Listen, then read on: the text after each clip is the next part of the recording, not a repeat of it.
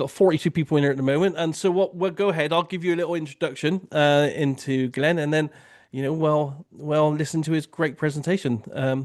I'm sure you're going to find this very interesting, especially for the people. Presentation. Is it a presentation or is it just a chat?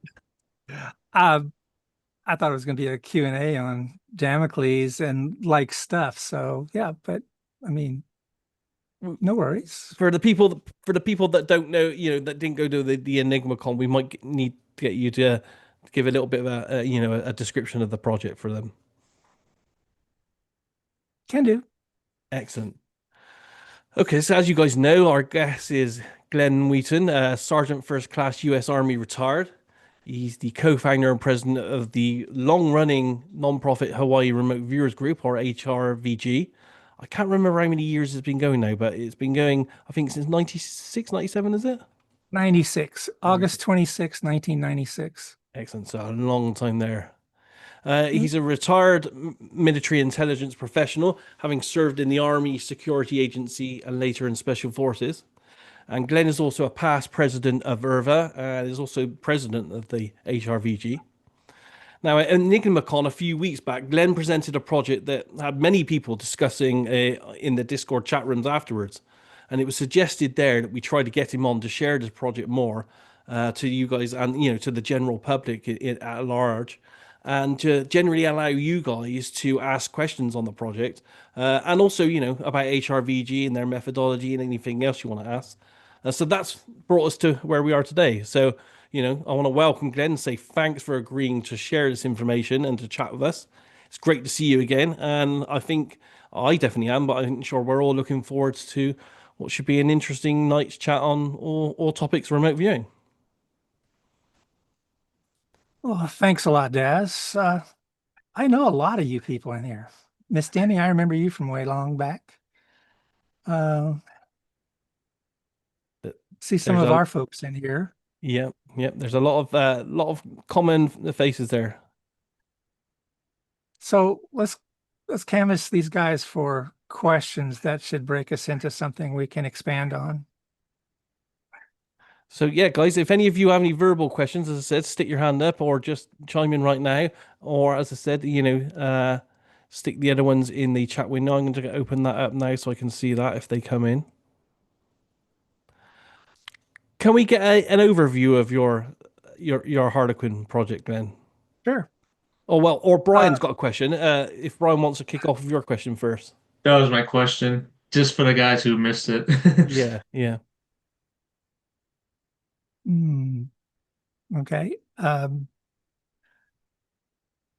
guess it all really started in 1985. So in 1985, uh, that's when the guys up at Fort Meade quit using geo coordinates to identify specific targets. And they went to a random generated alphanumeric sequence of numbers. That was the first time in remote viewing where um, something completely random, not totally associated with geographic coordinates on the planet, because these are military guys. So when they would get geo coords, initially, uh, since we do a lot of map reading, we have a pretty good understanding of latitude and longitude. And when you see a sequence of numbers, especially in Intel, you're gonna be able to say, hey, that's a geographic coordinate, 157, 37. Yeah, that's going to be you're right in around Hawaii someplace. So so the idea or the concern of eidetic memory from these Intel professionals kind of like spurred the changeover to, and there was an intermediate phase. There was a phase where, well, just don't give them a target. Just don't tell them there's a target. Just say, hey, work work work what I've been setting up for you guys, and that worked to a degree. But when they went to random number alphanumeric uh, codes for the target IDs, that was the first chance that it had where it was possible for it to be broken into. It was possible for it to be able to be subjugated. I had conversations in, like, I don't know, 2002 with Prudence Calabresi, and she was commenting on the threat of target hijacking in the remote viewing because of how everything was working, how everything works. So, and we'd been working since 2003 on masking and entrainment. Masking and entrainment was a new concept, and it was based off of the 1985 decision to go over to random number letter codes for target IDs.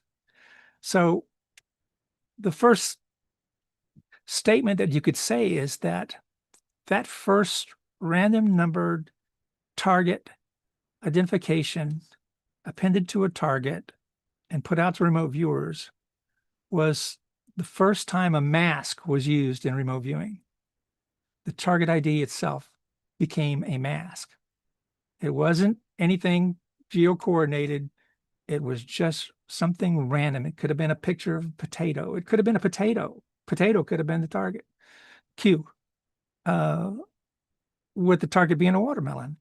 So that's the first example in remote viewing of a mask ever being applied. And what does that mean? Well, it means that intent on the part of the targeteer was able to stitch that together in the psychology of the viewer psychology. The viewer understand it's kind of like a temporal assumption where the viewer understands that that target ID represents some place of interest somewhere, somehow, and they're going to go try to be the third leg of the triangle there and try to fill in the gaps. So it kind of goes in a circle where you got the tasker, the target ID, the remote viewer, and the information comes back up to the tasker. So given that worked, we moved to masking and entrainment. We moved to masking first because we figured, well, if the target ID could be masked, why can't individual variables within the target field itself be able to be masked? So if I didn't want a big locomotive, I could use a little Tonka truck, or I could mask every possible variable within the target itself to something else. And then using entanglement or entrainment, entangle those two things. And this is like a targeteer task. Like if the targeteer is working on a target and he's got the big locomotive and he wants to make it into, log cabin on the river, he can do that. He can do that just by intent. Again, the underlying intent, the recording of all this, the lining up of all the data points, and then by reviewing those things, he can associate the locomotive with the log cabin. And then something strange started to happen. The masked variable for the locomotive began to reflect the state of the actual locomotive. So let's say it's you wanted to know if the street light was out at North and Main, and you had done all that. You had a light affixed outside the cabin. You can make that a determining thing. If the light is on at the cabin as reflected by in the remote viewer's work, then a safe assumption, not concrete, a safe assumption would be that the lights were on at the intersection of North and Main. There wasn't there wasn't a problem. So when 2008 came about, they had been wrestling with masking and entrainment since 2003. So through a series of targets until they got their targeteer skills up. They they got their entanglement. I mean, how would you entangle something, you know, by bringing them under simple observation? And we had a lot of tools that we used at the time. We had a place, a construct in consciousness, which was our first one. It was called the room. And everybody at HRVG was tasked to do research and diagram out or build a Route 66 era motel from the 50s, 60s, 70s. And they were supposed to design it completely out, make blueprints if they could. We even had viewers went out and shop for cloth samples, carpet samples for the floors and stuff. And the goal was to be able to displace a portion of your awareness to this construct that you built in your own mind. I think it was a pretty familiar setting for a lot of people because they were always going to and from the room. And then we decided to expand it where we've got a link. We've got to be able to use the room to come up with something in consciousness and then bring it into reality and have it kind of like correlate to something physical in reality. So we would do things like give them a coin on the countertop in their motel room.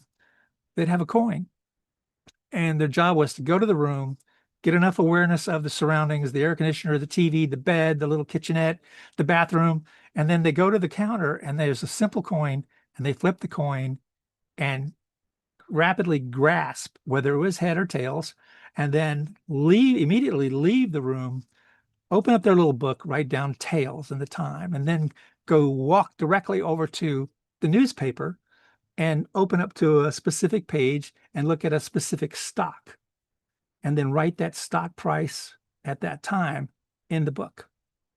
Then they would do that for days on end.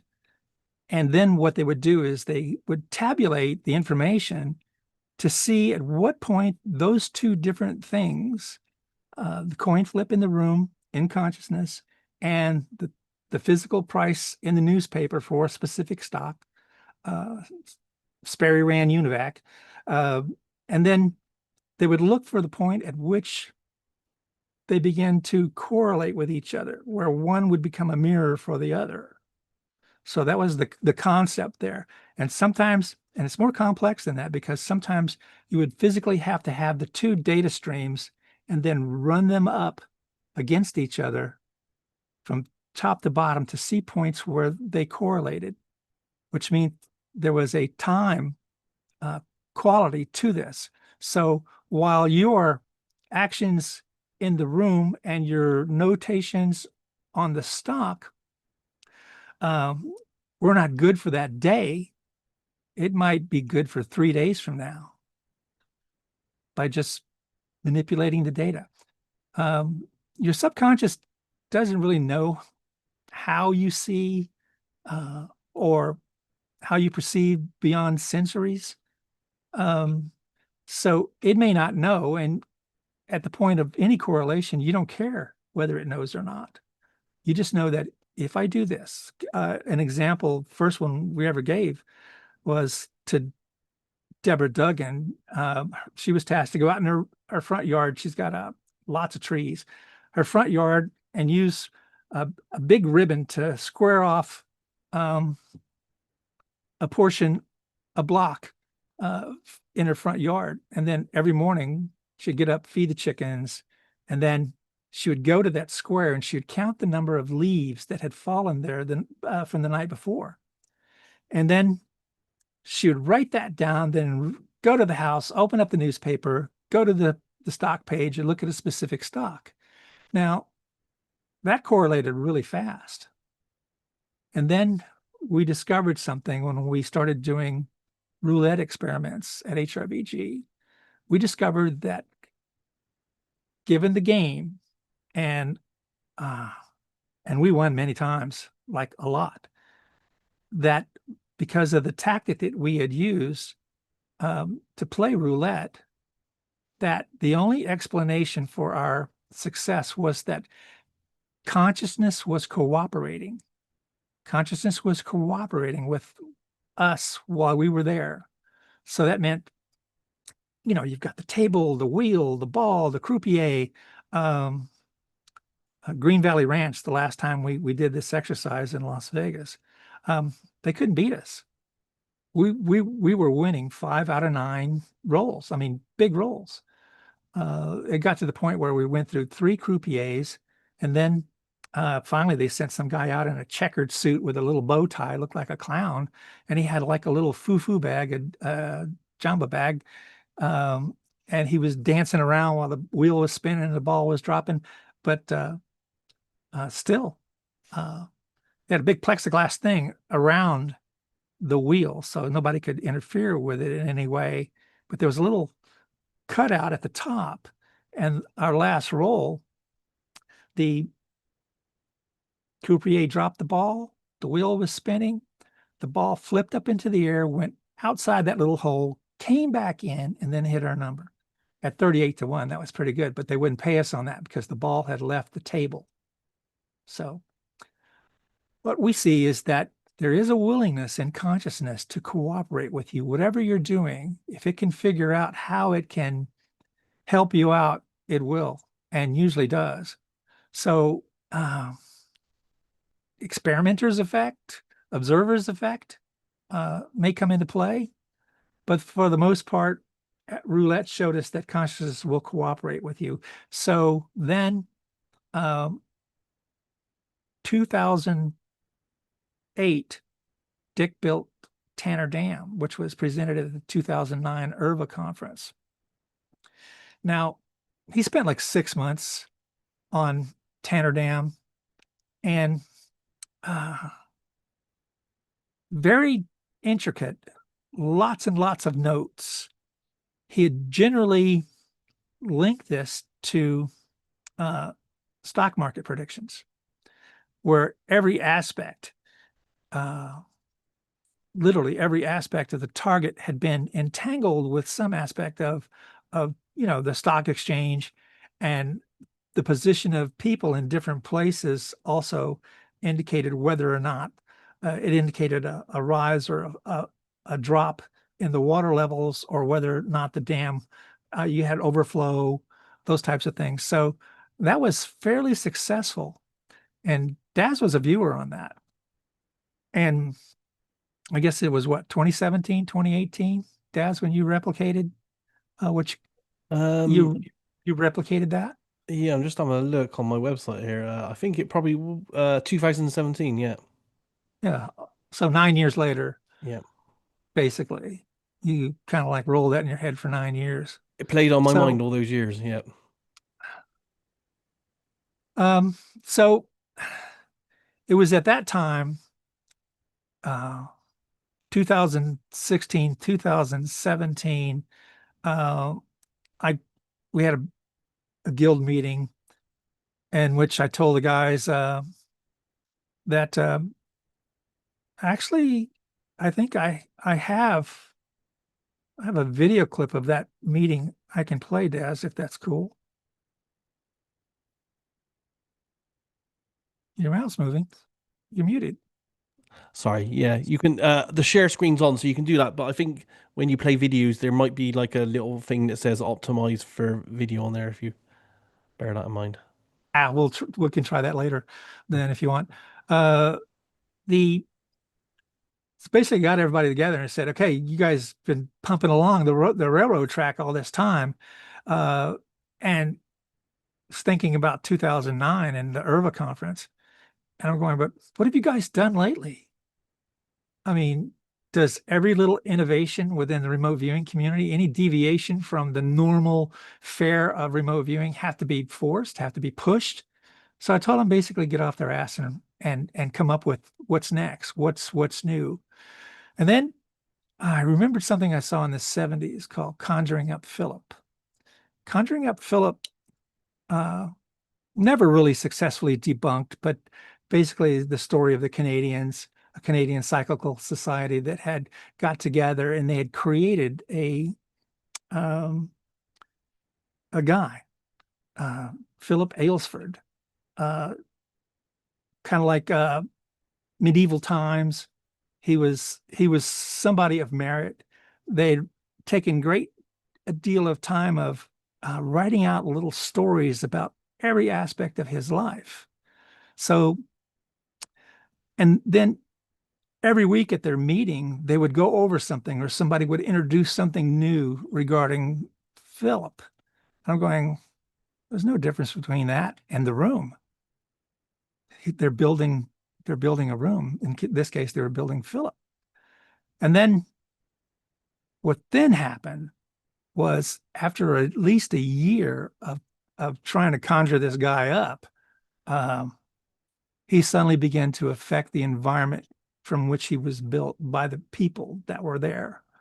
So table knocks, flickering lights, lights going out, different types of physical phenomena began to occur that had its origins in consciousness. Because Philip wasn't real. He didn't really exist. They just made him. And that's when we began to look at 3 different constructs. First one was Harlequin Damocles, which is Celia. The second one was the Sublime Equine Ranch, which was designed and implemented by Deborah Duggan Takage. And the third one was Baku, which was created by Hitomi Akamatsu. And it was a different level of, yeah, Daz, you know Hitomi. She was with you guys at FFG as well. Yeah. So what her design was, it was very exquisite. And I'll get back to Damocles, but Baku's design was to assess the viewer's mental state at their time. And Baku was intended, the intention for Baku was, because in traditional Japanese, Baku is the dream eater. He eats nightmares. So Baku was intended to cleanse everything about Hitomi's mind prior to working a target, so that she didn't have anything bothering her. She didn't have any worries. She didn't worry about the rent or this or that, or the next FFG target she had to work. Her opinion of cryptos was not that high, if you guys didn't know, but it wasn't. So Baku was a psychological wonderment. November the 21st, Hitomi died 11 days ago in the year that she died. So, but anyway, Baku's still around.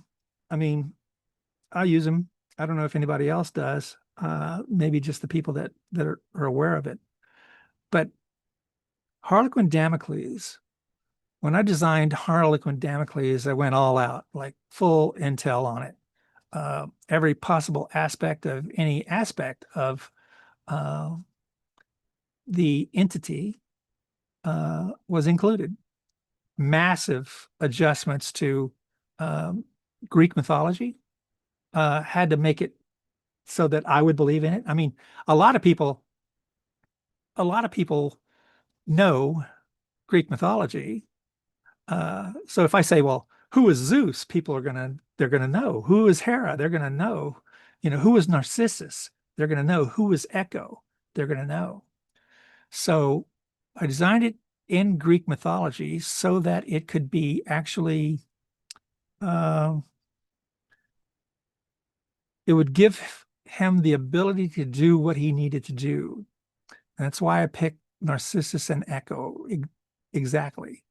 If you remember the curses on Narcissus and who he was cursed by, and then Echo was cursed as well. And Echo's curse was that you would only hear her long after she spoke, and it would no longer be relevant to the current conversation. Well, Narcissus was destined, cursed, to only get any type of self-esteem or self-awareness by staring at himself. So since he wasn't born in the real Greek mythological life, because Hera cursed Echo because of she thought Zeus was fooling around with some O-red nymphs on some mountain somewhere. And but he wasn't going to let her get away with that. So he forced Hera to allow in the afterlife, in mythology, for Narcissus and Echo to be in love and to have a child who would be Celia, the Harlequin Damocles. And because it was the afterlife, the curses flipped for Narcissus and Echo. Echo could only be heard. She would be heard before, and it wouldn't make any sense because whatever she was going to say, it would only be heard long before she was going to say it and would no longer have context with their current reality. Narcissus could only get any sense of self-esteem or self-awareness by others staring at him. But since he was in the afterlife, there was nobody there to stare at him. So he was entangled to seek out people remote viewing and to try and get their attention so that they would see him, and he would get his, he'd get his ego stroked because this remote viewer's looking at them. All the while, the goal was to have him leave artifacts in sessions. His original design was for it to be malicious, like Prudence Calabrese, target hijacking, like go in, gangbusters, kick the door down, make them see, whatever.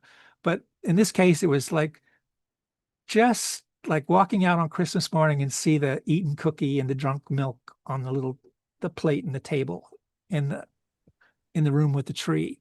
So he was just supposed to like leave little Easter eggs that you could see and spot. And then in sessions, and I can show you guys a session. Let me share a screen. This is a picture, not a video. 2020, I think. And Glenn, you During said the- that was Glenn, you said that was Narcissus, but that was Celia, not Narcissus. I'm getting old, Yeah. man. You're gonna have to have a decoder pretty soon. So this is an example. This is my interpretation of Celia at the time of tasking. The tasking was Sean Mahoney was doing the Outbounder experiment for an IRVa conference in Las Vegas. And this was, he was specifically tasked against this target. Just go leave some footprints. And because IRVa at that time did not make a concerted effort to like collect all the information from the outbounders, like why do the outbounder if you're not going to collect people's stuff and give them some feedback?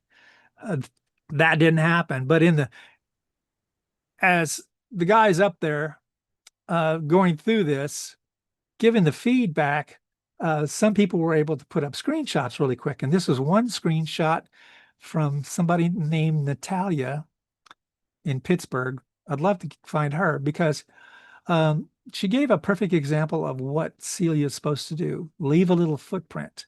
So we've got a chin, some teeth, the Nemo icon up here. You got different other components that you could actually cut up this image from Natalia and make a rudimentary replication of Celia. This wasn't how it was always determined to be. We were looking for something a little bit more clearer than this, but anybody with any analytic skills can easily make the association that is there evidence of the influence from this construct? Is there evidence? Is there evidence in here or not? So that was how Celia was first deployed. Actually, not really first deployed. He was actually deployed in 2017 at the request of Hitomi. Hitomi was her best friend, a very wealthy woman, was trying to get rid of some squatters out of her house because she had left Japan for a few years, and some Chinese squatters moved into her home, and she wanted them gone. And so her idea was to make the house haunted. And this is right at the time when I was building Celia. So that haunted house was the first time Celia was ever deployed quite successfully. A week later, they packed up and moved. One of the things you don't do in Japan is you don't live in a haunted house. Entire buildings that are haunted are completely empty because no one will live there. So is this evidence of possible footprints left by a construct in consciousness that was at this time maybe 3 years old, 4 years old? I don't know.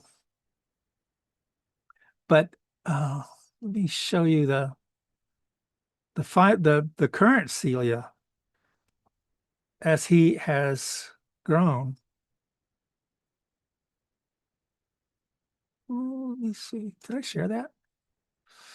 No.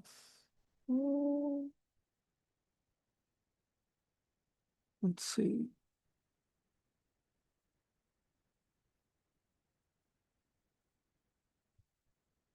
I'll have to pull it up again. But anyway, the current Celia is a little bit more stylized. And he was demoed during the the Art EnigmaCon conference.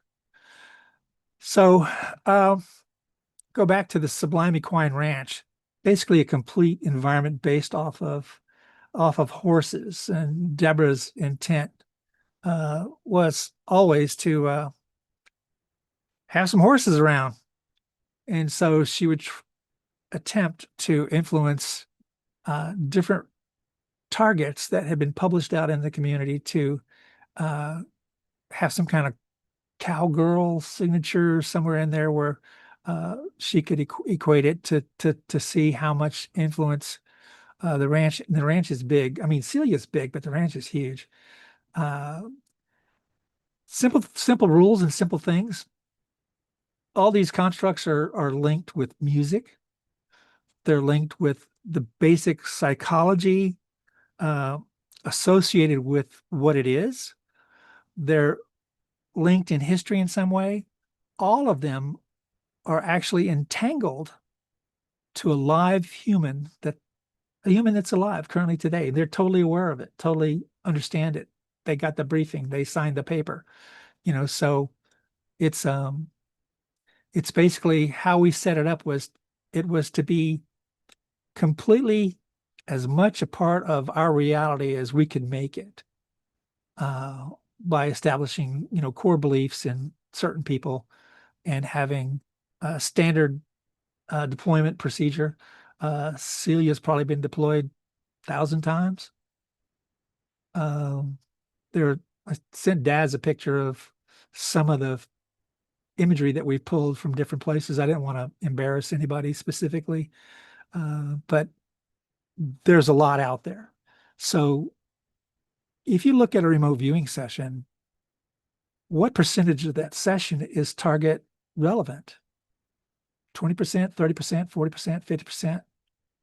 Well, at HRVG, we believe that a target consists of three things: good data, bad data, and contamination.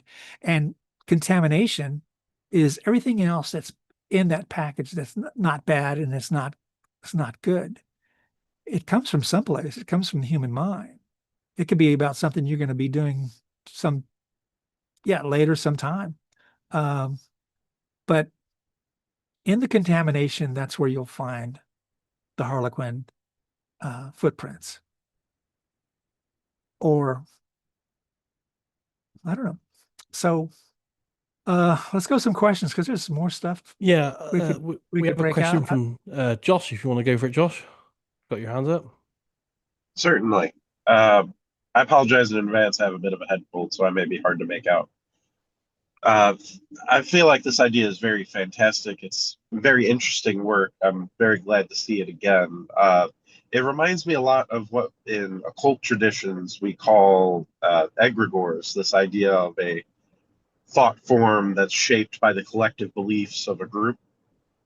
And Correct. one thing in these traditions I've noticed is that there's always a risk that once you feed a thing enough attention, it takes on a life of its own. It starts doing things outside of those original intent and parameters. I'm wondering, have any safeguards been put in place to keep this from doing something like, let's say, contaminating data on a very critical target, like a missing persons case or a medical sort of probe?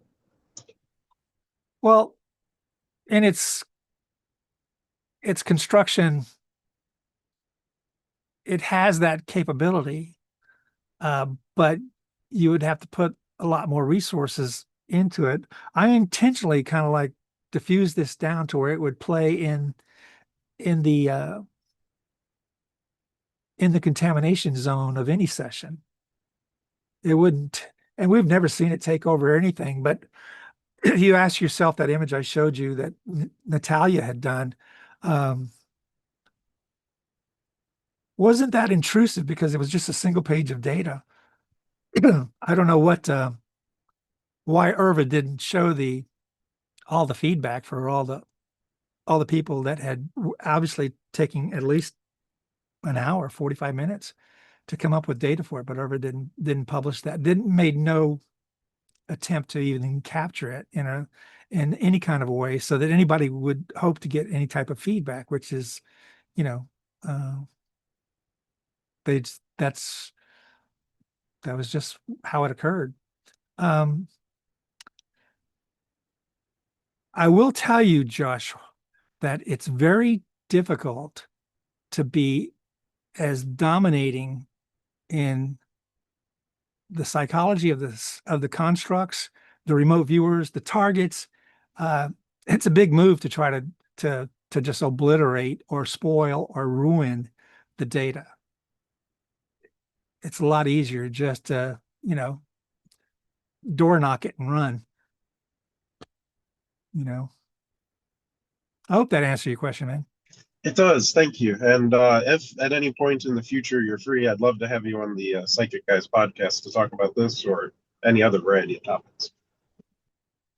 Okay, no girls allowed? Some girls allowed. Okay.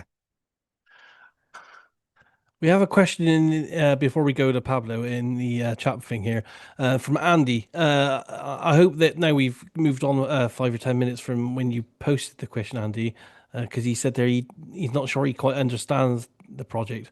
Was the intent to leave impressions on any RV session conducted by anyone? That was part of the the design, was to find someone remote viewing. Okay, so his loose license is to just find someone that's remote viewing and kind of like say hi. So, but that takes a lot less effort than trying to dominate somebody's work. Yeah. Unless you really don't like them. So just to summarize for Andy, the whole project then is you were creating thought forms that would exist in the RV kind of space, and they would leave Easter eggs and show their presence, but only in the noisy parts of people's RV sessions. And that was basically to highlight, and I talked to Daz, I don't know, 4 years ago, maybe 5 years ago, about threats to the model for tasking targets. The basic model on how a target is tasked and put out to a remote viewer has got some leaks or possible points of ingress from other people, other things, literally, again, constructs like Celia. So we lamented that a great deal, and we're still looking for a tasking model where the tasker would never have any contact whatsoever with the remote viewers, and the targeteer, the person who takes that from the tasker, who would never have any contact with the remote viewers, would qualify it in consciousness with its appropriate random number generated target ID, or one could go as far as to say hieroglyphic or symbol, something that would be less permeable to outside influence. And this thing on influence, people line up behind slot machines night and day in Las Vegas, thinking that, that whole thing of, well, we can affect machines. Well, can you? Well, go affect that one over there. And it's like, okay. But a lot of people go home with empty pockets because it's a skill. It really is a skill that you would have to become so, I don't know, people may not like you if you became what you had to become to exert that amount of influence over a slot machine that was going to pay you whatever. I don't know. I think that consciousness as we know it is limited, and the remote viewing community, with its stagnant nature as we know it, isn't really pushing us into what I asked the guys in 2011. What are you going to do next? It was 2012. What are you going to do next? And I'm going, okay, let me see if I can pull that one up. I probably got it somewhere.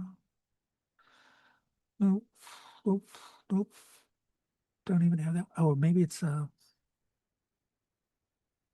can bring it up. Give me a second, guys. Ask more questions. Pablo, you had your hand up next if you'd like to go next. Absolutely. Just, hearing Glenn, I got a previous experience on the slot machines, right? More than 20 years ago, I got a job, as a technician repairing those machines, right? And the fun thing is that of course, a machine gets some things to fix, but many machines became prone to letting people win, and usually were the machines that were usually mostly by the same person during the week. So our job was to go identify those machines and recalibrate them. And we had a job because those machines will start, decalibrating in a way. But the fun thing is, it was not random. It was the same machines that these people were using for years, right? So that kind of correlates to that. I have no hard evidence, but I can tell you from that small gig I had Right. at that time, it kind of makes sense. So my Uh, question is, sorry, go ahead, ahead. Glenn. Oh, No, go ahead. my question, have you ever noticed, for example, Celia interacting with the ranch, for example, leaving something in the ranch or in the motel? I don't think Deborah would tell me if it did. Got it. Yeah. But do you think the constructs can interact, between them? I think if you design it, to engage into at some level with other constructs, you might get some surprises. But we're pretty familiar with roulette. I took, again, consciousness cooperating. I took a roulette wheel. I had a roulette wheel at my house. I took a roulette wheel and I had two pawns. One was purple and one was white from a chessboard. I took two pawns and I set them on the side of the table, and I said, okay, roll the wheel, spin the ball, or spin the wheel, drop the ball. And then where the ball landed, I placed the purple pawn. And I gave a speech to all the HRVG people around the table. I said, these two pawns, they've known each other since they were made. They love each other. They only ever want to be near each other. And my goal was to show something that you wouldn't normally be able to see amongst inanimate objects, and that is affinity. The state of affinity between two things. Two things wanted to be with each other. So for the next hour, we rolled the ball, spun the wheel, and placed pawns one by one in order on the playboard. And for that whole hour, those pawns were never more than 1 square apart. So you put the blue or the purple, and you put the white, spin the wheel, put the purple, spin the wheel again, the white would hit within 1 square of it. So affinity by proximity. So trying to be as close to something or someone as possible. So we understood then that consciousness really is willing to cooperate across like a smear of psychology. Like no matter what you make up, no matter what you can construct in your mind, that if you are focused and dedicated, you'll get some decent results. Again, observer's effect, experimenter's effect. If I hadn't told them that the goal was to see affinity between those two things, inanimate objects, personification, the granting of human-like characteristics or qualities to inanimate objects. And I used 2 pieces of plastic to show them love. Did you have That's more amazing. question, Pablo? No, I think for the moment, I don't, but eventually we'll have a few more. Excellent. Thanks Well, for replicate it when you get a chance. that. Homer, you're Taking next. note of that. Your hand up. Hey there. Yeah, I had a question on kind of just what you're talking about. But earlier you mentioned consciousness assisting at the roulette, but I'm still kind of unclear if it relates to the idea you talked about earlier of count the leaves falling and correlating to the stock market, or flipping the coin and correlating it to the stock market. Was that just in an attempt to create an entanglement? But I was unclear, like, I guess, But yeah. between 2 data sets. Yeah, so 2 data sets. If you spin the wheel, mass in motion, you drop a ball, you get randomness, chaos, um, chance, luck, if luck exists.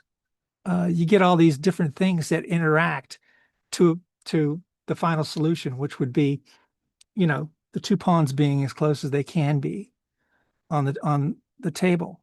So if you can demonstrate that repeatedly, and I think any of you guys could actually do that with 2 rocks and any kind of playboard, with dice, some other type of mechanism. But the leaves, you've got nature, wind, gravity, different types of things over everything that happens in the air outside at night. And then somehow the leaves in the square, the ribboned off square, will begin to correlate with a stock market price that had already been decided, printed, published, put in trucks. Newspaper boy throws it on the steps. So everything, if you had to guess at the multiples of things that would have to happen for it to, I mean, consciousness does it easily. I think it does it easily. It figures out what it has to be, how it has to. Consciousness is very malleable. If you can get a grip on it with your mind and have an understanding of it, all of us say, you get a flat tire, that's bad luck. That kind of stuff, that you realize. I think in anything like what we do in remote viewing, I mean, it's a wide open field, because one of the things I always like to quote General Stubblebine when he says, you know, my Lord, if I can do this with my mind, what else can I do? He was talking about spoon bending. Just bringing that clay in, just containing that clay. Now you start. Sorry about that. I don't know who that was. Dimmy, you have your hand up next. Do you want to go next? You're still muted, Dimmy. Thank you. Sorry.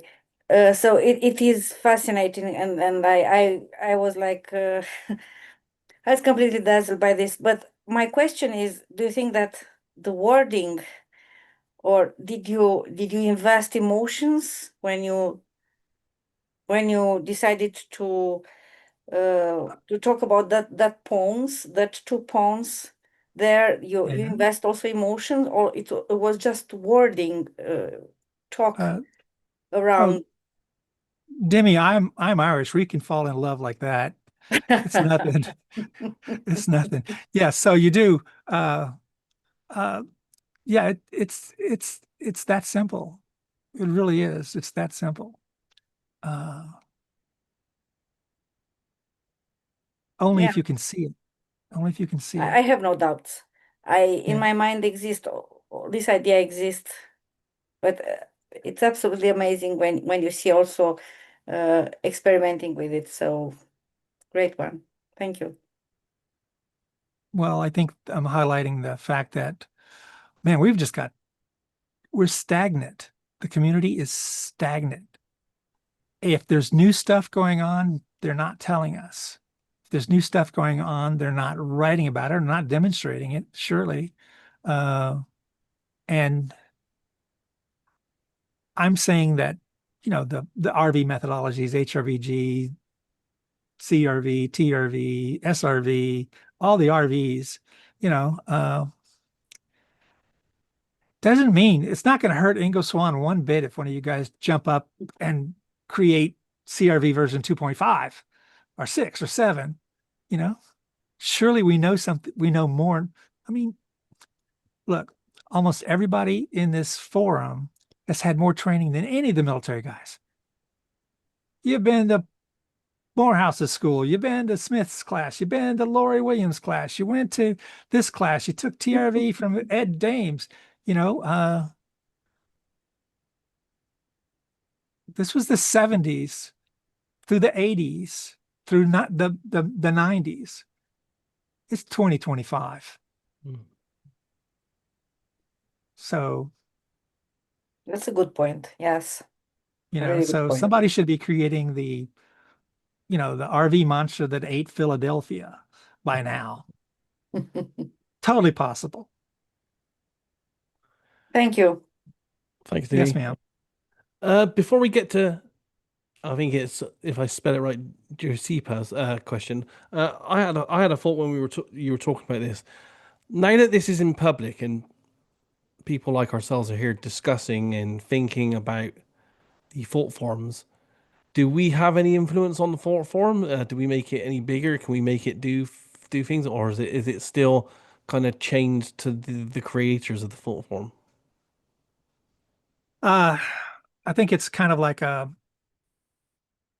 different effect that can literally, like when I was a kid, you know, the stories about the Loop Guru kept us out of the swamp at night, you know, so whenever it got dark, we headed home because we didn't want the Loop Guru to get us. Werewolf. So I think if you incorporate your being, what you are, into what you do, I think you'll find that you'll kind of like give and take with consciousness to facilitate your realization of the reality that you've made. So I don't know, but can people, usually it's the fear of something that has an effect on a population in general. It's not necessarily, you know, well, except for Christmas, you know, the whole present thing. That's kind of cool. Excellent. Thanks for that. Yeah, next hand up then, if I got the name right, is it Josipa? Yes, it's Josipa. Josipa. Hi there. Hi. Question. Few months ago, I heard something that you said in a context. Oh, you see, you hear about the time that has passed or time that is in front of us, but you never talk about side time. And that term was new for me. What did you exactly mean by side time? Like parallel time or what? Wow, that's a heavy question. Most people think that time leans forward. We've since seen that, yes, time does lean forward, but it doesn't mean that consciousness leans forward with time. Because even now, they can beat time. Science can beat time to have enough evidence to show that it knows something happened before it happened. Like, I don't want to say like prediction of this or prediction of that, but time can be manipulated electromagnetically so that you can determine the state of something that hasn't yet taken state. And of course, that's all theoretical mathematics they don't teach in Louisiana schools. So, but basically, okay. I believe that time, there's sideways time. There's in any direction of time possible. It's just that, do you have the mind to, I mean, can you think obliquely in an oblique direction as opposed to a simple simplification of that would be like, well, Y2K is coming up. What's going to be the effect? Do I need to remote view Y2K, or can I remote view the Baltimore fruit market to determine if there's any activity on that day? I think, didn't you guys at FFG use that to solve one problem dealing with whether there would be a parade or something during the pandemic, Daz? Yeah, yeah. We were tasked with Macy's Day Parade to see if it would happen, and not yeah, we didn't know in what regards the target was set, but none of us got any details of Macy's Day Parade happening, and it was only when everyone was locked up during COVID that that target made sense to us. But concepts and ideas like slowing down time, uh, any human is literally capable of doing that. You slow down time by speeding up your perception. The car wreck mentality. You get in a car accident, and for that brief moment, everything slows down because for the first time in your life, something's got 100% of your attention, 100% of your focus. So that that solution is to focus on time. I mean, can you replicate that without the car wreck? A lot of people cannot. Many people have tried, but they can't seem to get a temporal displacement in regards to time to occur without the addition of, the tiger, fixing to eat you or something like that. So can't get away from tigers, by the way. When they roar, they paralyze you. Low frequencies paralyze you, and that gives the tiger the extra little leap he needs to gobble you up. Yes, ma'am. I'm sorry. Go ahead. Esther Hicks once talked about how there were thought forms on some kind of a bridge, and a woman interacted with those thought forms had an impact on her, and she was kind of frightened about it. And Esther Hicks told her, okay, those thought forms were there always, but you were now a match. Is there a possibility that remote viewers that were a match for your thought form, like Mm. they were not on their optimal terms, would be a match for something like that? Well, possession would be my ideal choice. You know, that you could use a thought form to possess someone, you know, sell all your Yahoo stock or something. You could actually do something of that nature. But in a lesser degree, we've got things like tulpas and golems and angels. I think angels would meet the qualifications to be a thought form on a bridge. So I mean, I'm pretty certain there's about 7 different kinds of humans alive today. I mean, as evolution is very slow, we don't realize it until some kid grows a third eye, or um, you know those types of things. So I think we're not all equally capable, but we're all. I think we're all, we can understand it when we see it, uh, but we wouldn't have understood it if we hadn't have seen it. So I think that opens a door in your mind when you see something that couldn't be or isn't possible. So I think that, yeah, if I approached the bridge and there was multiple thought forms there, I would certainly engage and try to figure out, okay, what's going on, what's happening. I try to get a grasp of what was occurring. But these aren't new beliefs. I mean, tulpas, golems, you talk about the different types of thought forms. Uh, Anytime a group of people, I mean, let's go to the old standby, coven of witches in a circle with a common thought, doing a spell, you know, uh, yeah. So there's power, but in a lot of things, it's such a low degree of power that most people don't want to hassle with it. It's like, sorry about that. Most people don't want to hassle with it,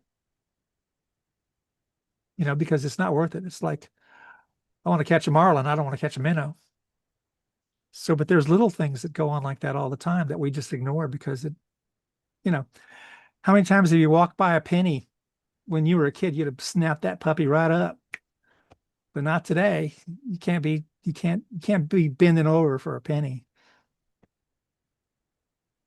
I don't know. That probably didn't answer your question. I gave it a go. Well, okay. Oh, One no. last question. But maybe I will figure some other questions later on. You mentioned Hitomi, and as I remember, someone once said that Hitomi once wrote a book, and that book is available somewhere. I think Des on Des Smith's webpage. Is that currently also? No. No, I think you're talking about Hitomi, Hitomi a corner at Venice place, something like that. I think the only thing that's been published from Hitomi has been some of her sessions, and Venice was one of the targets that had been published. Dick Allgaier had shot a video in HRVG about Hitomi being tasked with the God particle. So Hitomi and the God particle. There used to be copies of that rolling around here and there. But for the most part, Hitomi was just Hitomi. I mean, There was a volume of all her work that she did for David Morehouse that was not a book, but it was, I think, bound. I think at the end of her class, I've seen that, and I think Daz has that published on his site. I think I have about free of her David. I think it's free of her David Morehouse RV sessions that she gave me permission to publish. I haven't seen any more than that though. Thank you. No worries. Rich, you've had your hand up for a long time. Go for it. Yeah, thanks, Daz. And thanks for joining, Glenn. Certainly. Questions for you. You know, you mentioned you tasked others with progressing remote viewing and seeing what is next. A, what do you think is next? And B, do you find that maybe remote viewing itself is restrictive? You know, you mentioned stubble buying, where, wow, if I could do this, what else can I do with the human mind? Where basically you're narrowing down the capabilities of consciousness to something you need to write down on a piece of paper. Do you feel maybe we've kind of pushed the boundaries of remote viewing to the point where if we go farther, it's just not remote viewing? I think that when remote viewing was declassified, that category of intel remote viewing was declassified. It was for a specific purpose, which the government had done before, dealing with radio frequencies, electromagnetic wave activity, and at some point they gave some free frequencies out to the people, because way back in the day, before ham operators, civilians couldn't get on the radio unless you had a broadcast license. So what occurred was they released enough experimenter frequencies to promote the development of the spectrum and the development of the equipment to function within those spectrums. I mean, at the same time, we were shoot lasers at the moon. Ham operators were bouncing signals off of it so they could communicate in different places on the planet that didn't have access to, because no appropriate bounce angle existed, you know, because of the time of the day, the height of the ionosphere, all those things that you'd have to take in consideration. So ham operators did the most, especially like the Collins radio company. Civilian development brought about their getting huge contracts with the government for the R390 radio, the Collins 2024, different types, R390As. So all the surveillance radios that we used in NSA, ASA, INSCOM, all those had been created by civilian accomplishments in the ham era. So I'm pretty sure that at some point in 1995, they just said, you know, give it to the civilians. Let's see what they do with it. And if they do anything interesting, maybe we'll jump back in. But that's usually the only reason the government gives up anything, especially like this, anything that could be considered to be spying. And that's why only certain people could do it in the military. You had to have a specific military occupational specialty that exempted you from the Geneva Convention for what was called at the time, I think, Waimea, wiretapping, intrusion, meekening, jamming, those types of activities. Civilians couldn't do that in America. It's just like there was a time when we couldn't own gold. It was illegal for you to own any large amount of gold, something beyond a necklace or a ring. So it's the government just using a cycling that they've done before in the past to kind of like poke some growth into it. And, you know, if you go to like a UFO conference, how many people are there? Hundreds. Literally, there's not enough hotels to put all these folks in, you know, when they descend on Arizona and different places, New Mexico. Go to a remote viewing conference, and like I say, I'm a supporter of IRVa, even though I'm banned at IRVa, by the way, if you didn't know. Glenn Wheaton is banned at IRVa. Thank you, Dale Graff. Okay. Yeah, you didn't know that, did you? I don't believe so. They're not going to tell you that. So the thing is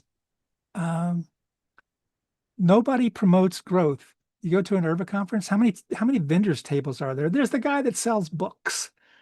If you wrote a book, or you had a tape course or something like that. He's going to be there, but and the few times we had, what is it? The Celeron folks came and did a vendor table. They sold every lamp they had. They even had parts that they sold. And that's a whole nice thing. Like your average Celeron mine lamp, it doesn't quantum tunnel unless you change all the chips out. And Veronicube, when Dave Barnes developed Veronicube, he found out that for it to actually quantum tunnel, he had to order some fancy cryptologic grade RNGs from Germany, because the ones that came back in the day, I mean, it would try, but it was not very good at quantum tunneling. So, but yeah. No, very interesting. Thank you. Do you feel like things like, I don't know, kind of like what I was saying, remote viewing, you're kind of whittling everything down to writing something on a piece of paper effectively, right?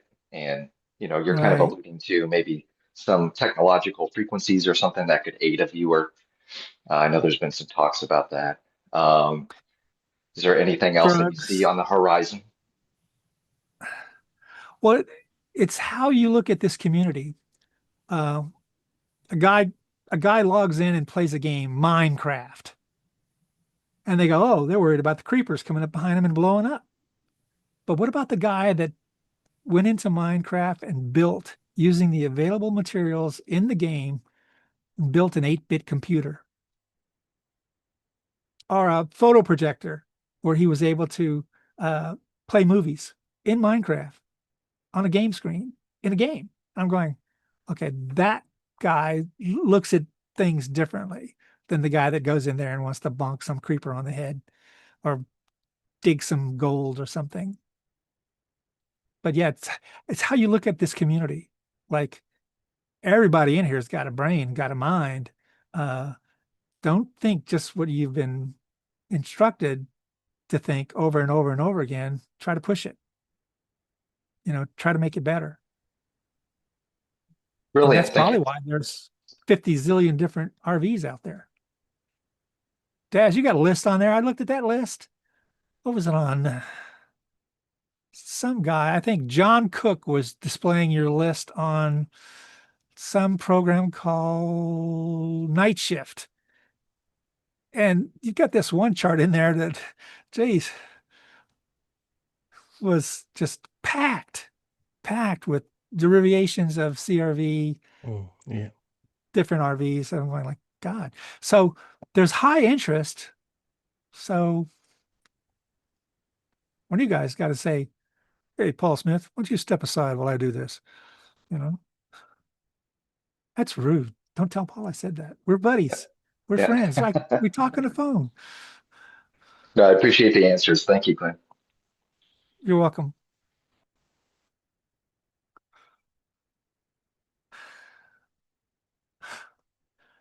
Do it, Daz.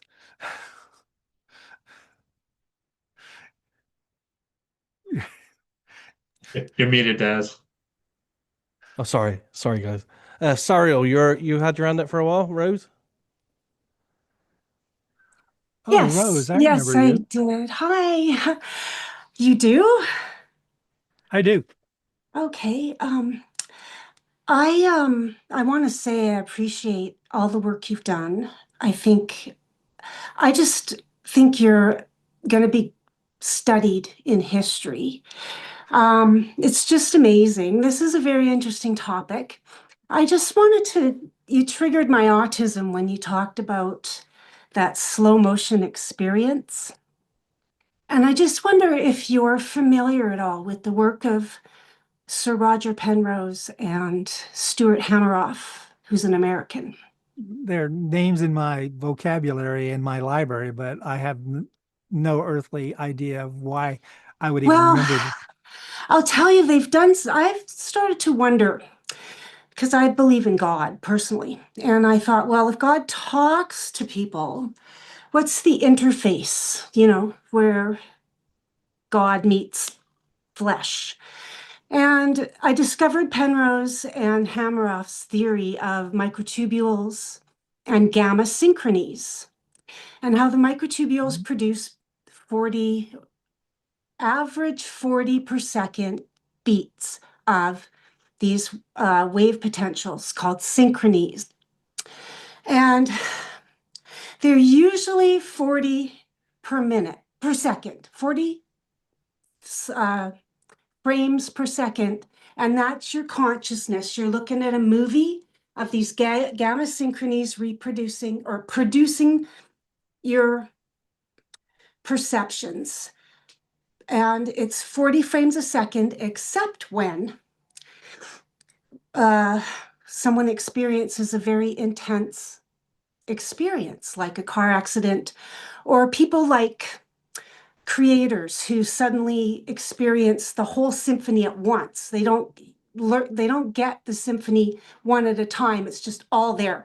Or someone like Magic Johnson, when he's playing basketball and everything slows down because he's in the zone, you know? Sorry, I get choked up because this is such an amazing concept. But what happens in these instances is that your gamma synchrony rate increases to 80, 100, 120 per second.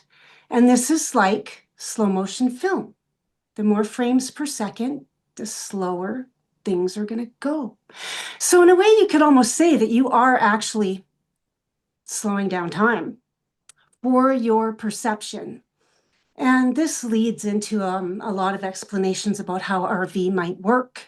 But I just wanted to explain that because it's not really as much of a mystery to me as it used to be. Because, and again, they Roger Penrose and Hammeroff explain that people who meditate, and this is what I wanted to focus on, because they found when they examined regular college students, they had 40 beats per minute gamma synchronies. But when they put the fMRIs on these Buddhist monks, they were getting an average of 80 beats per second. Their whole world was going slower, calmer. They trained their minds to slow down time for themselves. And that's really when I decided, okay, meditation, that's where it's at. And it has changed my life. And so I just wanted to share that with you. But that comes from my search. In searching and researching this consciousness, this is how I found remote viewing. And I'm so glad I did. And I just want to say again, Glenn, I really appreciate what you're doing and what you've done. And I loved Hitomi. I have to say, Hitomi was one of the most extraordinary people I've ever met in my life. And I have to say, I want to say, she keeps coming by to say hello to me, because I wouldn't believe that she died. I thought she faked her death because she's so extraordinary that maybe she had some other things she was doing, but this is my autism. I won't believe when people die. So she's come to me, and so I just wanted you to know that too, because that's really special to me. And that's Well, all. we've had several people in the guild that have passed away. Hitomi, Rose Kopp. Some of you guys might remember her from 20 plus years ago. Colonel Channon, James Channon. He was in the guild. Likewise, pretty much everybody in the guild is in the 1st Earth Battalion as well. I came out of the kitchen one night and Jim was in there with everybody's hands raised and inducting them into the 1st Earth Battalion, which was, I think Dick was somehow behind all that crap. Wait till Glenn goes in the kitchen. Then everybody raise your hands. So, yeah, well, I could see Dick doing that. Yeah. On the topic of microtubules, Jimmy Williams, one of our early guys, he left Hawaii, I don't know, I want to say in the early 2000s, maybe, Dick, if you remember. But he had written an article that said in the On Target magazine on HRVG's website, where he explained that the microtubules in the brain were a critical part in what would be the cobra of an antenna that would be the equivalent with the 2 halves of the brain microtubules, the spinal column, kind of emulating a quantum antenna or a quantum dipole. So interesting microtubules are really interesting. I don't think we know enough about it yet to specifically say. Oh, I have this book. I followed Stuart Hameroff's student. This is a student of Stuart Hameroff. Sorry, if you can see. Can you see me? Okay. And he calls that structure that you see, that red structure, that is what's called a time crystal. That's what your gamma synchronies are producing. It's a real thing, but it's conceptual because it's in higher dimensions. So you can't really touch it, but it's coming from you into higher dimensions. It's called a time Rose, I try crystal. and spend as much time in my right brain as I can. When you get old, it's right brain. Very scientific. Well, I asked God, and this is what God brought me. God said, it's mathematical. You've got to learn to speak math. But that's what your brain is doing. It creates this time crystal. And within, as you go deeper into the harmonics of the gamma synchrony, there are much slower areas of time so that you can go back in time and you can also go forward in time. Like, this explains so much of what we can do. So I haven't read this book yet, but I did read the publication. The guy's name is Anirban Bandiopadhyay. Can you see it? No, Not but really, no. it's he's If you put the details in the chat window, then people can have a look at it. Yeah, it's a big long name, but anyway, he's an Indian man, very sharp, and he has measured the harmonics, and these gamma synchronies are very complex, and this is how we travel through the universe, is through these time crystals that our brain keeps. So this would be something you might want to have a look at. I've been going on about it for years. And Edward, oh, hold on a sec. Edward now has started to talk about the microtubules. I've been waiting because this is the answer. I really believe this is the right theory. So what would you like? Your email? I'll send it to you. I said, no, send him an email. Ask your Indian friend there. Send him an email and ask him what the second subharmonic of 1 hertz is. Yeah. And see what kind of response you get from that. Well, it's all in this book, actually. It's already in here, all the what the harmonics are doing. And I did read the publication. It's been a while, but it has to do with symmetries, triplets of frequencies. So it's very it's a bit complicated, and yet it's more simple than I would have thought in order to answer this question. But I'm glad Edward's starting to talk about it, because it means that I feel that it helps me confirm that I've been on the right track. So thank you so much anyway for listening. Yeah, You're thanks, most Rose. welcome. You're Thanks most welcome. Your Zipa, you have your hand up again, if you'd like to ask some questions. Okay. Dick Elgar on EnigmaCon made 10 most impactful remote viewing sessions in his life. Glenn, what would some of your most impactful sessions be, like aha moments? Well, I think if I told you, you would cry. And then it's going to make me seem like I don't know, a drama queen. No. We're all chill here. Okay. No judgments. So I had been tasked with a target, and I shared this target with the guild back in like 97, where there was a battle somewhere up by Delaware, and it was obviously Indians that were doing it. And these 2 Indian fellows really were going at it with their clubs and things on their elbow, like spikes and stuff. They were really going after each other. And then one of the Indians got down on top of the other Indian, and using his club, he started tapping him on the chest. And that was something in Indian lore that was called counting coup. So his job was to count, and it was the guy on the bottom's job to stay alive as long as he could to give the guy a high coup count. And then at some point, the guy counting coup died and collapsed on top of that Indian, and he rolled him over and then started counting coup on his chest. So that was pretty dramatic, especially since it was an ERV experience. It was like you were watching it.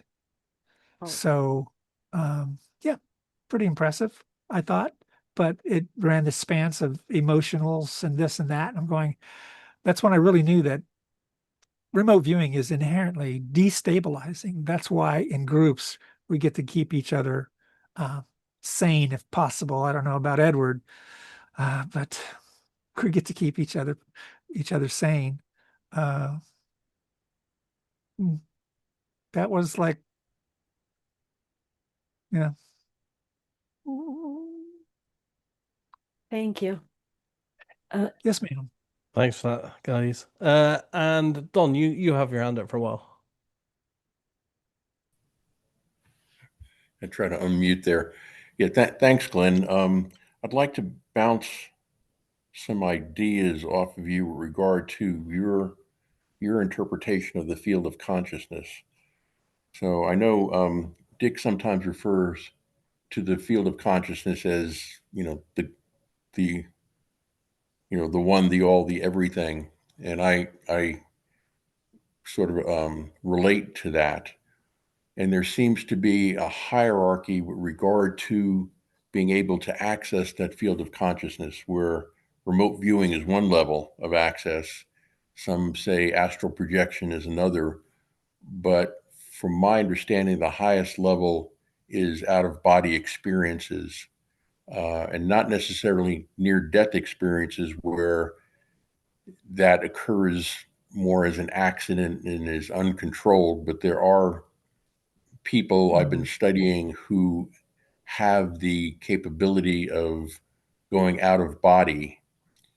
And when they do go out of body, their thoughts, you referred to thought forms, their thoughts actually create a dimensional space and time that they can create within. So my first question is, when you're remote viewing, since there can be a very large number, potentially infinite number of dimensional spaces, you can call them universes, how do you know that you're remote viewing the current thought form or universe that you're currently living in? What if you were remote viewing a parallel universe where the things that you're looking at in the future and the past existed in that parallel universe, but not necessarily the one that you're occupying with you would call your physical body? Well, first off, I believe that consciousness is a dimension, same as space, time. It's a dimension. And if you got the right, and I think as a dimension, consciousness itself is the lure for sentience.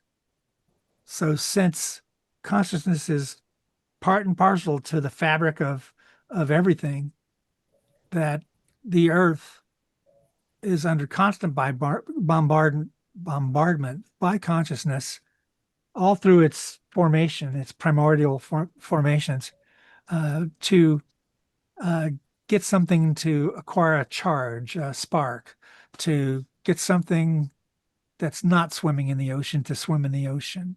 I think it's actually a lure.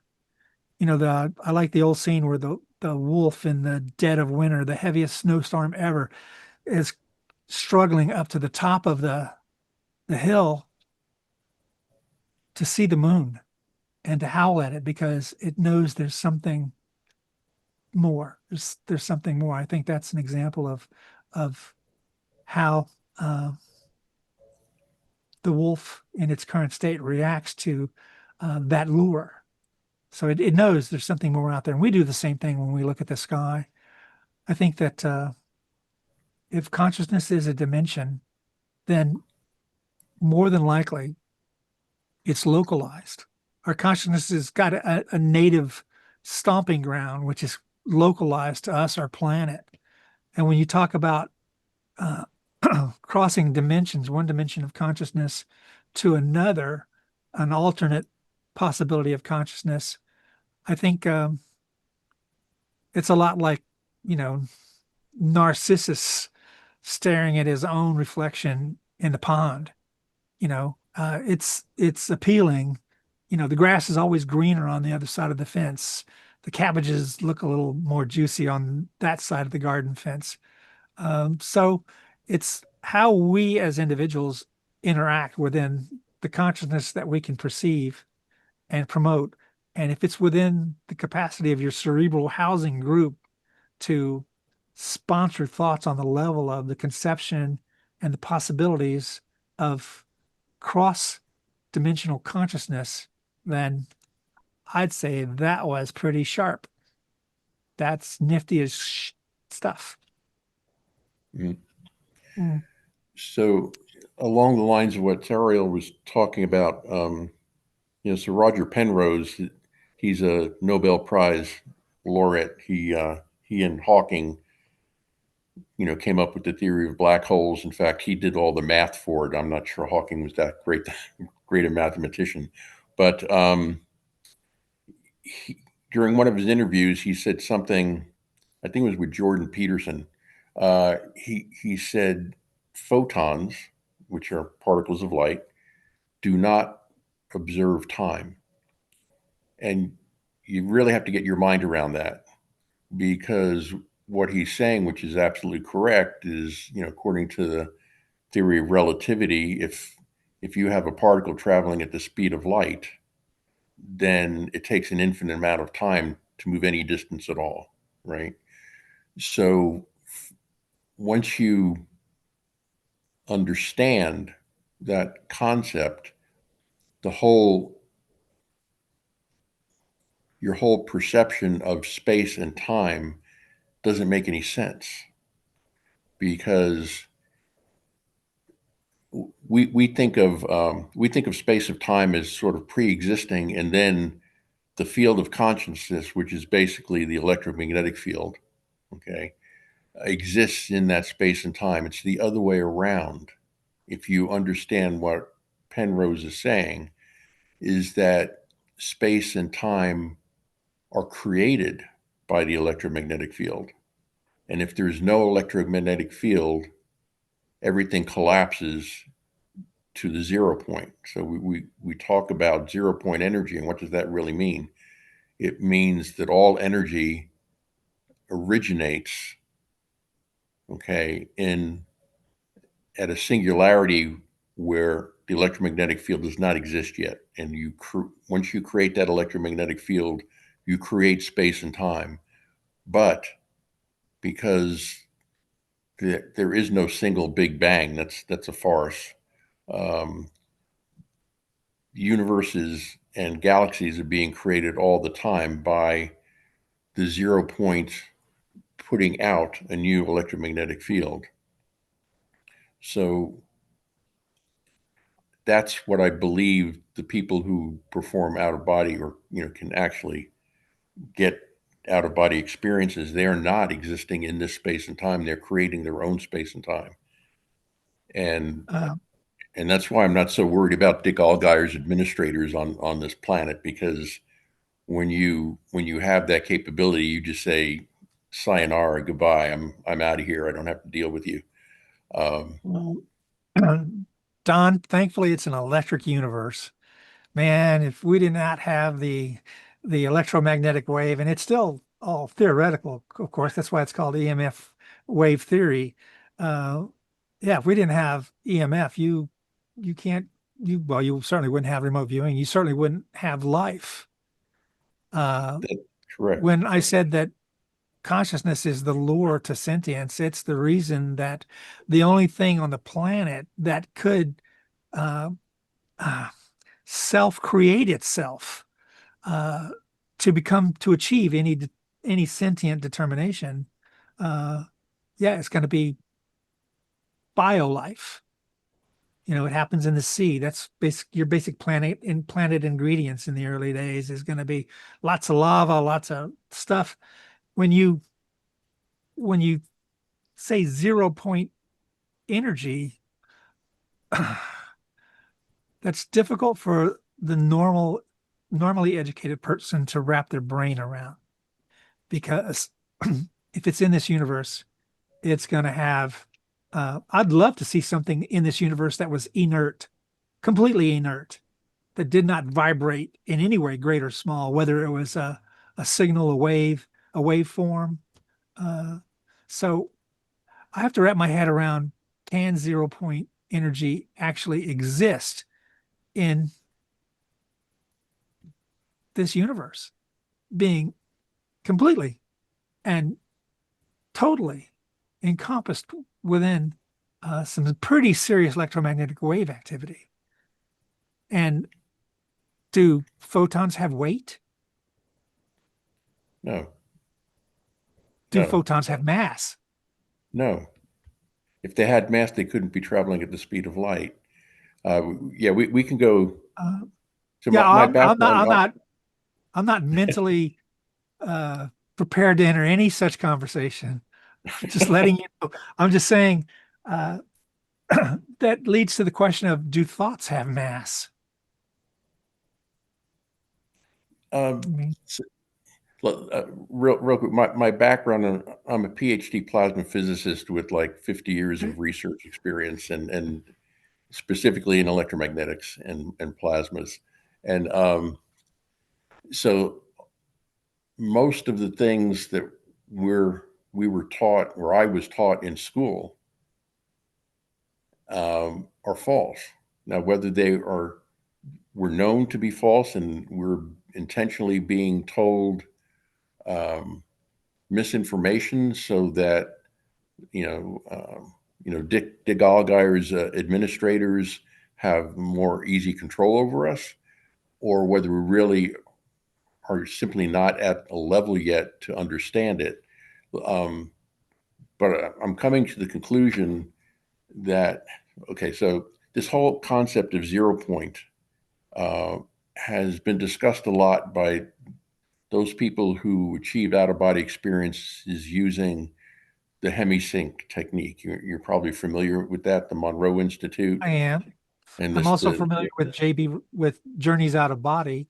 And in the early 70s, that's exactly the path that most people use to quasi-remote view / astral travel, with instructions in the back of the book that you just follow, and you could replicate the experience of being out of body. I mean, most people have in their life some experience of being out of body. It's just, I remember listening to Art Bell when he was describing the only time in his life that he ever went out of his body was in Paris, and an old, hotel down some rue someplace, and it happened spontaneously.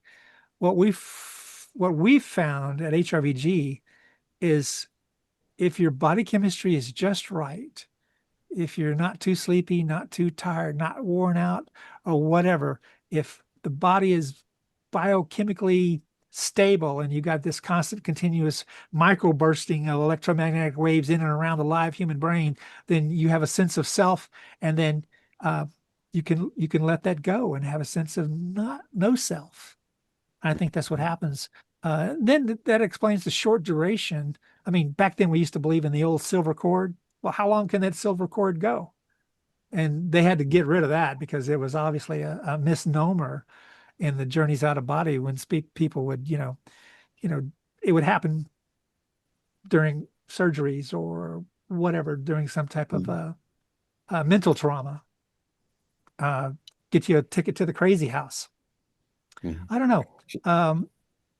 you're a, Well, let me just end one thing. So you're probably familiar with Thomas Campbell, who he and his colleague, who I'm pretty sure worked for the CIA and started the Gateway, project at the CIA on out of body experiences. He talks often about uh, being able to go out of body and enter the void, what he refers to as the void. It's the same void that's referenced in Genesis, in the first chapter of Genesis, and so that's sort of our natural space where we can exist in that void, and then when we decide we want to go and have a different experience, we generate the electromagnetic field and head toward one universe or another, depending upon what our desires are. So I'll end there. Thanks. well, Thanks for that, Don. Jazz, let me just add a little bit more for Don. This is the God helmet.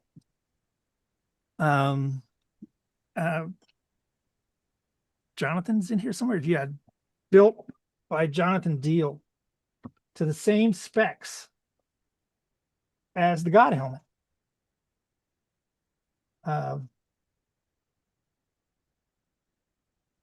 You can notice the coils,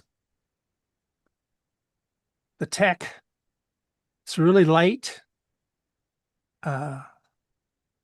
Jonathan can probably describe it better than I can, but I use it all the time when I remote view.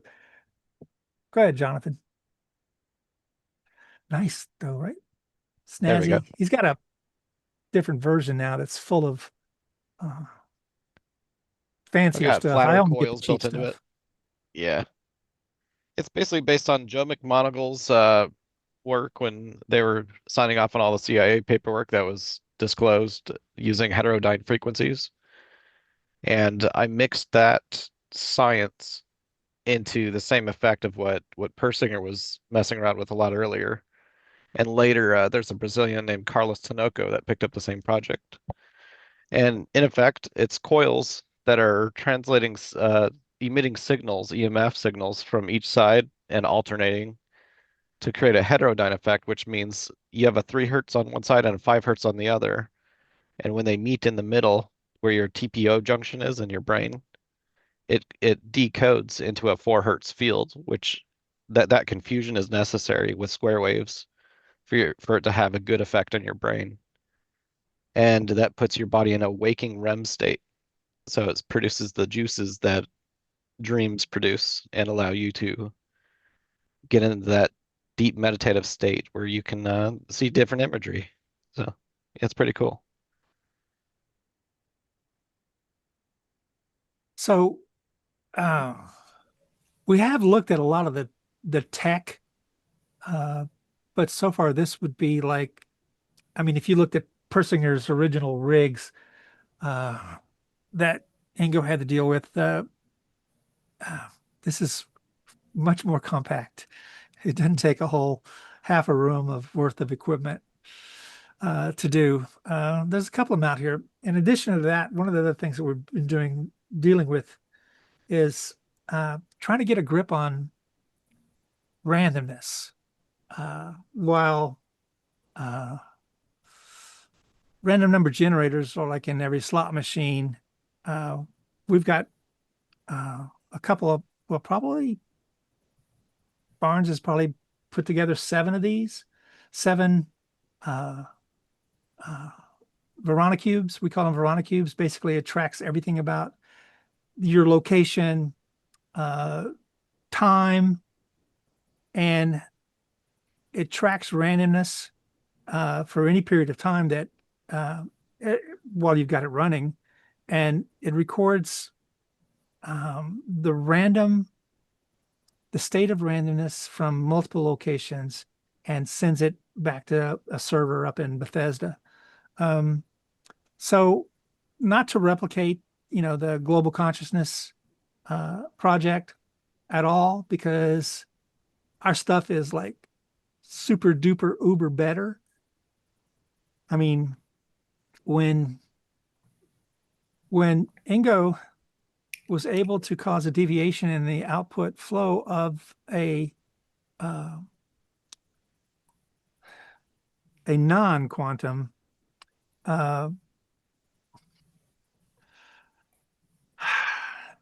generation system under the floorboards at SRI, this does the same thing. It has that same capability. It tracks all different types of emanations and energy along the way and records it as a whole environment that then can be looked at and expanded. So we haven't been just sitting on the fence posts, although, like I say, I like to spend more time in my right brain than my left brain because I was an RF engineer after I got out of the military for years, working for radio stations and mostly climbing towers, stringing wire, that type of stuff. But for the most part, the guys have not been sitting on their hands. They've always been trying to figure out this, figure out that. And it's just so fortunate I got people like I said, Jonathan, can you build a God helmet? You got a schematic? You know, basically they'll give it a go. So surround yourself with those types of people. You do fine. Rich. Great. Thanks for the information. I appreciate it. Oh, thanks for the exchange, Don. Thanks, guys, on that one. And we're coming to a close on this now because we're coming at 2 hours. We've got a couple more questions and then some in the chat. So, Rich, if you'd like to go ahead. Oh, sure. Thank you. I guess the last 5 minutes have kind of answered my question, but I was just curious what other modalities lately have really interested you. You know, you mentioned in the past extended remote viewing, alluded to astral projection. I'm assuming maybe gateway experience tapes. I was just curious That's a what good else gets you question. excited. There's something that happened during the pandemic that you might be familiar with or might not. During the pandemic, when young people couldn't go out, there was this phenomena that began to rise under the title of shifting. If you guys remember shifting at all, young people on their own had said, well, you know, we've had to watch Harry Potter now over and over and over and over again. How about if we try this? This is mostly young ladies, not young gentlemen. Not that young gentlemen couldn't come up with something like this, but they didn't.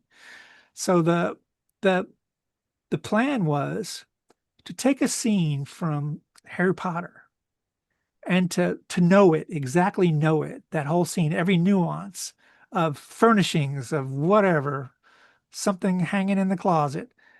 And they would take that scene and rewrite it. They would rewrite it to include themselves into that scene where they would interact with Potter or Weasley or somebody.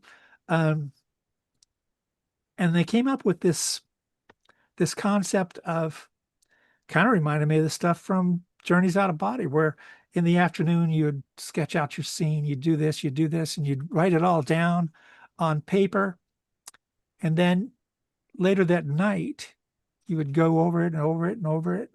And then you'd put it underneath your pillow, put your pages underneath your pillow, and then you go to sleep and enter into that environment that you had kind of like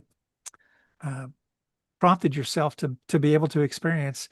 Oh, sure. And experience. It also included things like time, where the young lady would say that she actually spent a week in that environment in a night. I'm going, now that's some fancy stuff. Give me a week at Hogwarts. And I'm going, okay, what's the feasibility? What's the possibility? And it stands on the same bricks as remote viewing does. So I don't know. I think that's what my area of interest has been recently is, can you, and they kind of hit it in that one movie with DiCaprio, where the further you go back in time, Inception. Yeah, in Inception. Yeah, it reminded me a bit of that by some type of drug modifications, you could escape Like if you wanted to go to, I don't know, Jamaica for a week, could you? With enough preparation, could you get some type of experiential value from that, like a free vacation? I don't know. So that concept kind of, and what happened to it?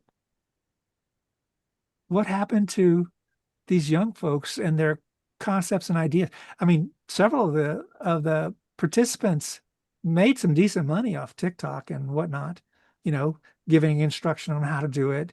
And that existed for a while, but then it seems like us adults, we completely overlooked it. We didn't think about it. Have you done much with like Tom's Park, if you're familiar? Thomas Campbell's Nah, um, Tom's Park? Yeah. no, I haven't. Well, thank you for the answer. I appreciate it. Thanks, You got Rich. it. Thanks, Glenn. Sari or Rose, if you wanna go one last time, but I try to keep I it short am to a question. very short. It's just a comment because I noticed when Dawn was explaining photons traveling at the speed of light, my autism went bling, bling, bling. Because when you're thinking of a photon only in terms of time, and it's going the speed of light, and he said that the photon can't really travel anywhere, but the thing about time is it's not just time. Time is space in our four-dimensional model, time space. And matter is energy, matter energy. So time space, matter energy, there's a symmetry. Now when light, because it has no mass, it can reach that speed. That seems to be a speed limit. Nothing can go over that speed. And when a photon is going that speed, it's always going that speed, no matter how fast you're going. If you're going 100,000 kilometers a second, that damn photon's still going 186,000 miles per second faster than you. It's not just going 86,000 miles per second faster. It's still going. You can't even start to catch up to it. There's something really special about that speed. And what it is that it's not just time, it's space. So there's a thing called the Lorentz equation, time dilation. The faster you go, the shorter space becomes. Space compresses.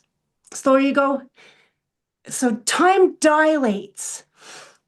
Time kind of,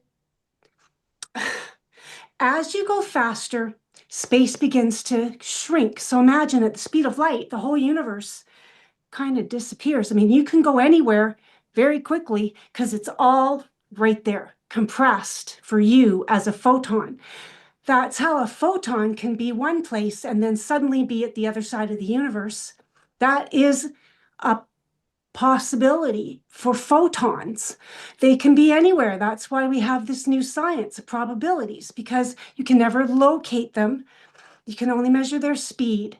But if you locate them, then you don't know how fast they're going. Time is not just time, it's space. The faster you go, the smaller space becomes, so you can cross those that's the whole thing about aliens getting here. They can travel really fast, the distance is much shorter, and they can just hop, you know. You kind of create a black hole, sort of, when you do that. You need that kind of energy, you know, to create gravity, because gravity does the same thing. It slows time down. You have to have Einstein equations correcting your clocks from the satellites, because they're going to be off because they have less gravity than we do. So they're ticking faster than we are. So they have to apply corrections to the Rose, GPS. do you Yeah. have a So anyways, question? that is the thing I wanted to say, that Okay. traveling at the speed of light makes you disappear. It's like magic. And we do that when we remote view. We travel on the light waves, and we do go, I believe, part of us goes, sometimes more than other. That's another thing that I'm working on explaining, but I do believe that we can go to the target because of the way this amazing device is built. So I just wanted to say that about time because it gives you a lot of power. It means you can go anywhere very fast. It doesn't stop you at all. Like the way Dawn explained it, Thank it you. was the exact opposite, which is weird. So thanks. Thanks for your passion. Thanks. Just before we go, because we've been going for 2 hours now. I think there's one main question that I should answer that's in the chat here, and that's from Homer. And it's about HRVG in general. And I don't know if Glenn wants to answer this or any of the other HRVG guys, but someone's asking, are there any active remote viewing trainings offered by you from HRVG? Wow. The trainers that are out there are people qualified to train HREG is Dick Allgaier, Primasita Minor, Sean Mahoney, Brian Boodhoo, Naeem, Malcolm Naeem. Who else we got, guys? Anybody else that does training? Most of the original HRVG dinosaurs, we're kind of like in caretaker mode right now. We try to keep the theory in play, so that we don't fall too behind. We don't disappear into the dust of history. So we do have enough instructors out there, but all of them teach and are all approachable. You can even get a private class, be taught directly by Dick Allgaier. Who else we got? We've got Brian is on the chat, and Jonathan. Don't those guys know the upcoming classes? Yeah, I see they've just posted a link in the chat for anyone that's interested in it. It's linked to ffgrv.com/remote viewing classes. So I guess all the information will be there for them.